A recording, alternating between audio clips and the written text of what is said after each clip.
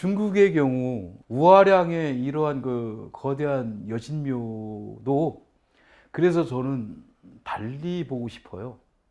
많은 분들이 이걸 보면서 대단하다고 하는데 대단한 건 맞아요. 대단한 건 맞는데 아주 냉정한 시각으로 왜 이 신전이 이렇게 있었을까 이거를 좀 따져볼 필요가 있는데, 이 여신면이 몸통과 따로 분리되어서 나왔다겠죠. 그리고 몸통은 파손이 돼 있었어요.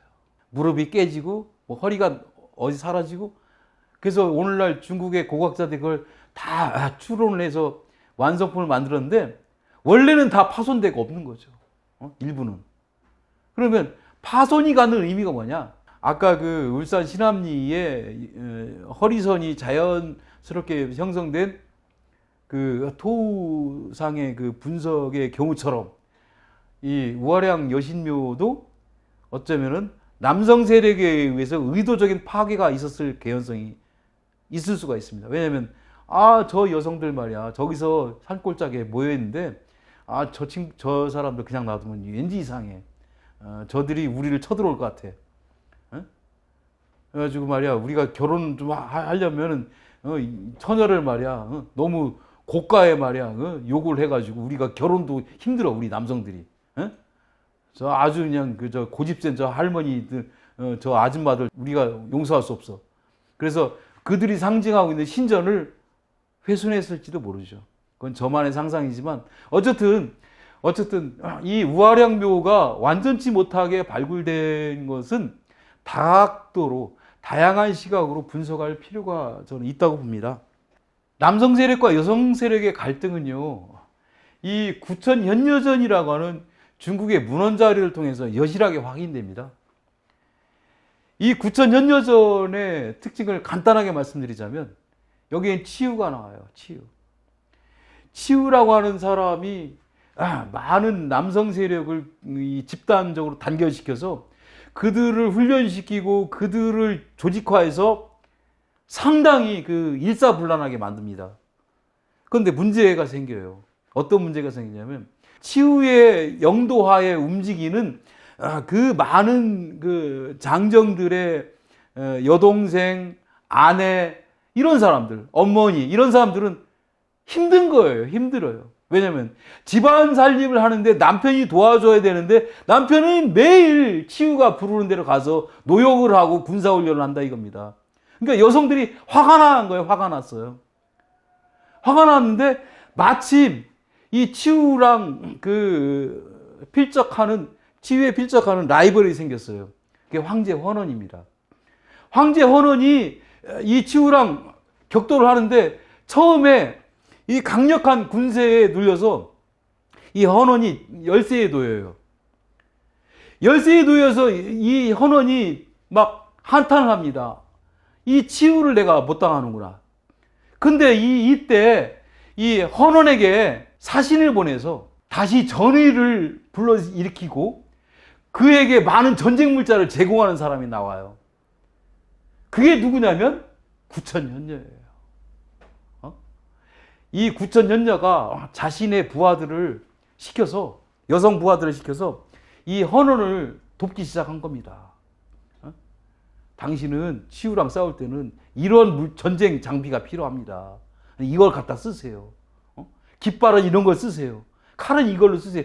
다 그게 써 있는 거예요. 이 자료에. 병법까지 알려줘요. 병법까지. 군사 전략까지. 그래서 헌원이 이 구천연녀가 그 지원해준 여러 가지 그 군수 물자와 그 전략 전술에 힘입어서 맨 처음에 고전했는데 나중에 서서 이깁니다. 결국에는 치유를 무너뜨려요. 이 구천연여전을 가만히 생각해 보면은 정말 만감이 엇갈립니다. 만감이 엇갈려요. 우리들 남성이 여성들을 생각할 때 너무 일방적으로 몰아세우거나 편향된 시각을 갖게 되면 여성들이 그냥 풀이 죽어서 꼼짝 못하는 것이 아니라 그들은 속으로 강한 저항을 생각하고 반발을 생각한다는 겁니다. 결국은 치유의 몰락은 여성들의 집단적 반발에 의해서 무너진 거예요. 여성들을 그 참혹하게 학대한 사례는 이미 이렇게 1만 년 전 사례를 통해서 여실하게 확인됩니다. 케냐 북부의 호수가에서 발견된 여성의 이 인골인데 안타까운 것은 이 손발이 묶여 있어요. 그런데 이 여성의 복부 배 안에는 태아가 있었어요. 그러니까 아기를 임신한 여성을 이미 만 년 전에 신석기 사회에 이렇게 학살해서 죽인 거예요. 손과 발을 묶어서. 우리는 이런 고고학적인 이 흔적을 통해서 그 굉장히 머리가 숙연해집니다. 여성에 대한 일방적인 어떤 그 압박이라든지 이런 것이 얼마나 인류사에 있어서 씻을 수 없는 죄로 남는지 이런 걸 생각합니다. 그래서 이런 걸 통해서 그 좀 전에 말한 치유의 어떤 그 강력한 가부장적 질서에 그 끌려다니던 남성들의 그 아내와 여동생과 어머니들이 집단 반발을 한 것처럼 그 여성들이 생각하는 어떤 그 이 불편함, 참혹한 삶, 이것은 정말 형언하기 어려울 정도로 많았던 모양이에요. 이거는 유명한 그 중국의 삼성태 문화에서 나온 건데, 이 삼성태 문화의 이 조각상을 보면은 당시 여성들이 선사시대 때 얼마나 참혹한 노동에 강제 징발됐는지를 여실하게 확인할 수 있습니다. 이 여성은 우리나라 어머니들이 흔히 했던 것처럼 머리에다가 물동인지 뭔지를 모르지만 거대한, 정말 보기에도 엄청나게 큰 용기를 머리에 이고 있어요. 근데 이 여성을 보면은요, 그 상반신이 다 노출돼 있고 또 무릎이 꿇려 있어요. 그러니까 어떤 이게 제의 도구로 이게 만들어진 거라고 하는데, 이 제의 행사에 주체 세력은 남성이었을지는 모르겠으나 거기에 강제 동원돼서 그 행사를 지원하던 그 여성들의 어떤 그 뭐랄까요, 고통은 뭐 말로 형언할 수가 없었겠죠. 그래서 대체로 많은 여성들은 역사 속에서 남성 권력의 메커니즘 속에서 예속적 역할에 함몰되어 있었다라고 추정이 가능합니다. 전국 시대에 그 여성들이 차고 다니던 옥패에 보면은 여성들이 그 맞짝 파트너가 돼가지고 이렇게 춤을 추고 있는 것을 볼 수가 있어요. 그러니까 이것도 그냥 단순하게 보면은 뭐 흥겹구나라고 했겠지만, 왼팔 오른팔을 정확하게 180도 대칭돼서 이렇게 춤춘다는 건 쉽지가 않아요. 같은 방향으로 춤을 추는 거는 쉽지만 어떤 사람은 이렇게 하는데 그 반대편은 똑같이 이렇게 쌍을 이루어서 춤을 춘다는 건 고난도의 어떤 그 기회 훈련이 아니고서는 불가능하거든요. 이것은 그 음악 예술 분야에 있어서도 여성들이 굉장히 그 고단한 삶을 살았을 가능성이 있다는 걸 여실하게 증명해 주고 있어요. 여기서 좀 정리를 좀 해보겠는데, 이 그 한중일 동아시아의 주된 어떤 문화적인 형세 그 흐름은 아무리 생각해도 유교입니다. 어떤 분은 불교다라고도 주장하겠지만 그렇지가 않아요. 왜냐하면 제가 증거를 대보겠습니다. 우리나라의 고승대덕이라고 하는 그 스님들이 결국은 책을 하나 지으면은 그 책 내용에 상당 부분은 유교 내용을 많이 써놨어요. 스님인데도. 그리고 스님들조차 그 학생들은 불가서적뿐만 아니라 유가서적도 많이 봤어요. 대표적인 게 누굽니까? 사명당 같은 사람, 그런 분들, 서산대사.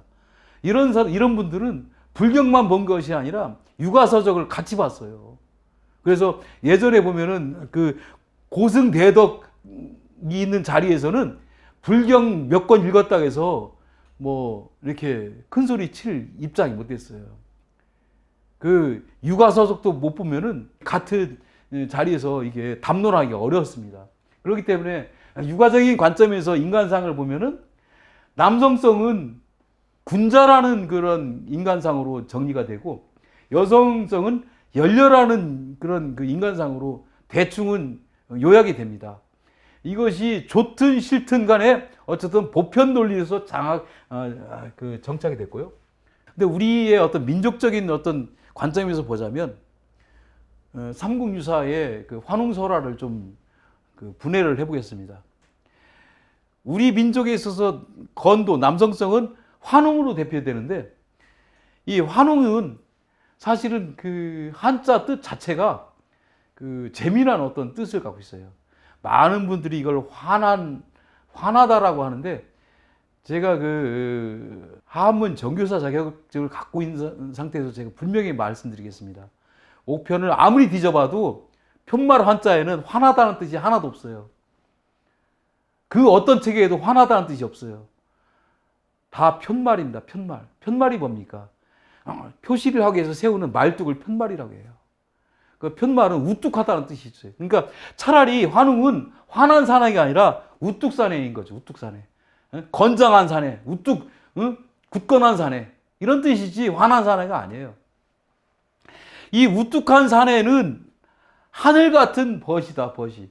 아까 가시를 말했는데 가시의 상대가 벗이지 않습니까? 벗이는 사내란 뜻인데 한자로 옮기면 천남인 거죠. 천남. 하늘의 사내.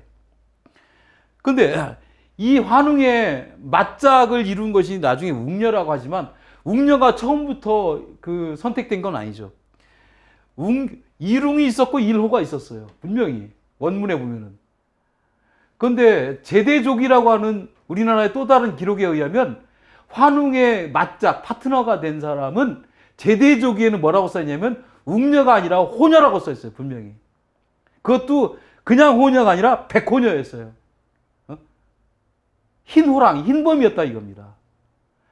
그 제대조기도 한자로 써 있는 설화예요.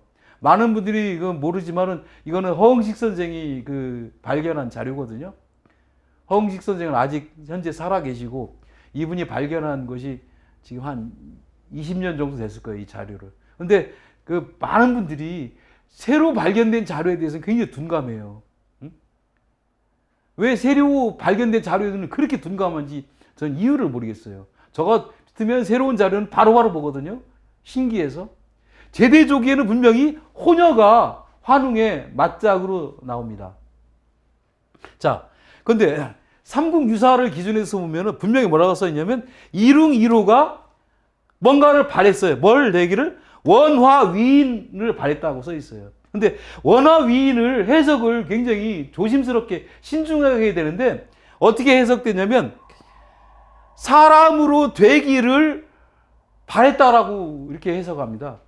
근데 이게 사람으로 되기를 바랬다라고 한다면 여기서 화자를 빼도 되고 위자를 빼도 돼요. 자, 옛날에 조선시대 선비들이라고 해서 글 짓는 게 그 취미로 생각한다고 하지만 그래도 한 글자를 그 군더더기를 쓰기를 싫어해요. 왜냐하면 입이 아프고 손이 아프기 때문에. 그러면 여기서 원화위인은 그 이유가 있는 거예요. 뭐냐면 위인 자체가 목적어인 거예요. 위인 자체가. 된 사람으로 바뀌고자 바랬다라는 거지 사람이 되고자 뭐 변화를 원했다라는 게 아닌 거예요. 그러니까 해석이 안 되는 거죠. 그러니까 그 사람 되기를 이렇게 해석해버리면은 우리는 곰의 후손이냐 이런 말이 거기서 나오는 거예요.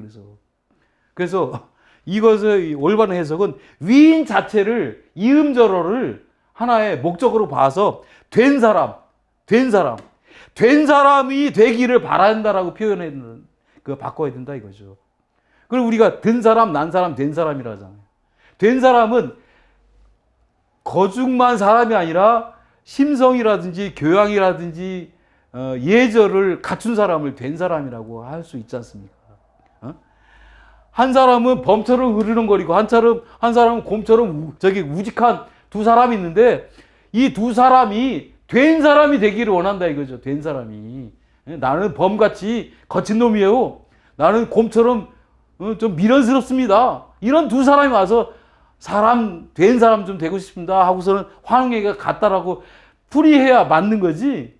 갑자기 짐승에서 어떻게 사람이 됩니까?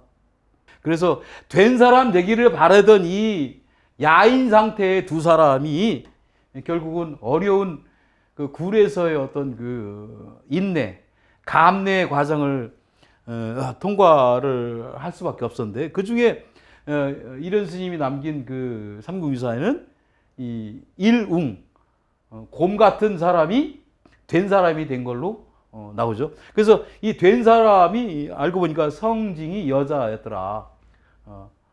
그러니까 여자가 참여한 거죠, 테스트에 원래 처음부터. 그래서 그 곰처럼 생긴 여자가 된 사람이 돼서 이것이 이제 곰가시가 된 거죠. 곰가시. 곰가시는 아까도 말씀드린 것처럼 곰아가씨인 거죠. 곰아가씨. 가시가 아가씨, 각시 두 개로 살아 있다라고 아까 초반에 말씀드렸지만, 이 곰가시가 환웅과 혼인을 해서 그래서 단님 왕검이 태어난 거죠. 단 군할 때 군이 님군자거든요. 님군자. 임군 군자이기도 하지만 님군자이기도 해요. 님. 우리님, 별님, 달님 할 때 그 님을 뜻하는 게 군이거든요. 그러니까 단님인 왕검으로 그 지칭되는 그 아들을 출생을 한 거거든요. 그러면 우리가 이러한 그 삼국유사의 이러한 그 내용을 통해서 알 수 있는 것은 수렵중시 사회 성향을 알 수가 있고, 신수를 숭앙하던 신령한 동물을 숭앙하던 성향을 알 수가 있는데, 이러한 그 지상세계의 어떤 그 사람이 일정한 그 테스트 과정을 통해서 잘 감내를 해서 일정한 수준에 도달한 상태에서 다시 하늘 같은 존재인 어떤 그 신성한 존재와 그 합일하는, 그러니까 땅의 어떤 그 세력과 하늘의 세력이 마치 융합한, 그러니까 천지가 그 융합한 어떤 그 형태가 되는 것이죠. 그래서 이 남산근 유적에서 나온 이 청동검이 갖는 의미는 뭐냐면, 어째서 하늘로 여겨지는 남성과 땅으로 여겨지는 남성이 한쪽은 여성이고 한쪽은 남자냐 이거죠. 이것은 남성과 여성이 분리되어서는 안 된다는 거죠. 분리되어서 서로 싸워봤자 서로에게 그 참혹한 결과를 불러일으키니, 주어진 어떤 여성 그 성의 그 바탕을 두고 서로 조화를 꾀하는 것이 그 인간 사회의 유익함을 반영한 것이 아닌가, 이런 생각이 듭니다. 그래서 한쪽 면은 남성상이고 한쪽 면은 여성상인데, 이것은 길이가 21.2cm인데 검의 동질은 우량이라고 써놨어요. 중국 고고학자들이 이 검을 그냥 일반 청동검 만드는 재질하고 똑같은 재질을 쓴 것이 아니라 다른 청동검과는 달리 굉장히 우량의 그 동합금으로 썼다라고 판정을 하고 있어요. 그래서 여성은 가슴을 X자처럼 해놨는데 이거를 교흉이라고 합니다. 교흉. 가슴을 엇갈려서 그 가리고 있다는 거죠. 그런데 이 교흉의 형태가 우리나라의 청진 농포동에서 나온 출토 여선인상하고 똑같다는 거죠. 이 X자를 이렇게 하고 있기 때문에. 그렇기 때문에 남산근 유적에서 나온 청동기 문화가 우리 한반도 대륙과 직접적인 연관성이 있음을 단적으로 알 수 있는 거예요. 중국의 다른 지역에서 이런 교융하는 형태가 발견이 안 되고 있거든요. 근데 이 남산근 유적에 있는 것이 우리의 청진 농포동에서 똑같이 나온다 이거죠. 그러면 문화적인 어떤 그 맥락성이 통한다는 거죠. 그래서 요령식 청동검으로 특징이고, 어떤 그 이 12대 영자라고 하는 소위 고조선 문화의 아주 중심 시기에 해당되는 그 시기에 만들어진 그 유물이죠. 12대 영자의 이 남산근 유적 청동검이 뜻하는 것은 제가 여러 번 강조했던 것처럼 남성적인 건도와 여성적인 곤도가 일체적인 조화를 추구하는 것을 반영한 게 아닌가라는 생각을 해봅니다. 저쪽에 그 낭아리에 있는 이 암각화에서 발견되는 어떤 조화 지향성과 똑같다라는 거죠. 여성으로 그 추정이 되는 인물은 입으로 바람을 불어서 아궁이 같은 곳에 그 불기운을 솟아나게 하고, 이 남성이 뚜렷하게 표시되어 있는 이 인물은 뭔가 음식물을 다듬고 있다라는 거죠. 그래서 이 뾰족 밑 그릇을 통해서 뭔가 그 절대적인 존재에게 공헌을 하기 위한 어떤 그 준비를 갖추고 있고, 이 뾰족 밑 그릇이 아마 여기에 안치됐을 거라는 거죠. 제가 볼 때는 이것이 일종의 봉헌대가 아니냐 이런 생각을 해봅니다.